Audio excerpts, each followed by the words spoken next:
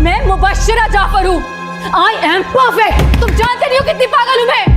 ARY का नया drama serial मैं, जिसमें केमिस्ट्री है आयजा खान और वहाज अली की। मरकजी किरदारों की बात करें तो इसमें आयजा खान को एज अ मुबश्शिरा और वहाज अली को आप एज अ जैद के रोल में देखेंगे। बात करें अगर हम इन दोनों के किरदारों की, तो आयजा खान को आप इस ड्रामा में बोल्ड, ब्रेव और एटीट्यूड वाली बिहेवियर में देखेंगे, जो कि आयजा खान की पर्सनैलिटी को काफी हद तक सूट भी करता है। On the other hand Wahaj Ali को आप एक अमीर बाप के बेटे के किरदार में देखेंगे। अकॉर्डिंग टू द टीजर, जो केमिस्ट्री है आयजा खान और वहाज अली की, वो दोनों की अपनी अपनी मैं के ऊपर बेस कर रही होगी, जो कि इस ड्रामा का मेन टाइटल है। स्टोरी लाइन टीजर के मुताबिक यही बनती है कि आयजा खान और वहाज अली के दरमियान अपनी एक मैं की जंग होगी और बाद में जाके आयजा खान के किरदार में जो चेंज होगा वो वहाज अली की वजह से होगा। आप क्या सोचते हैं कि इस ड्रामा की क्या स्टोरी लाइन होगी और ये कैसा ड्रामा होगा? कमेंट बॉक्स में जरूर मेंशन कीजिएगा।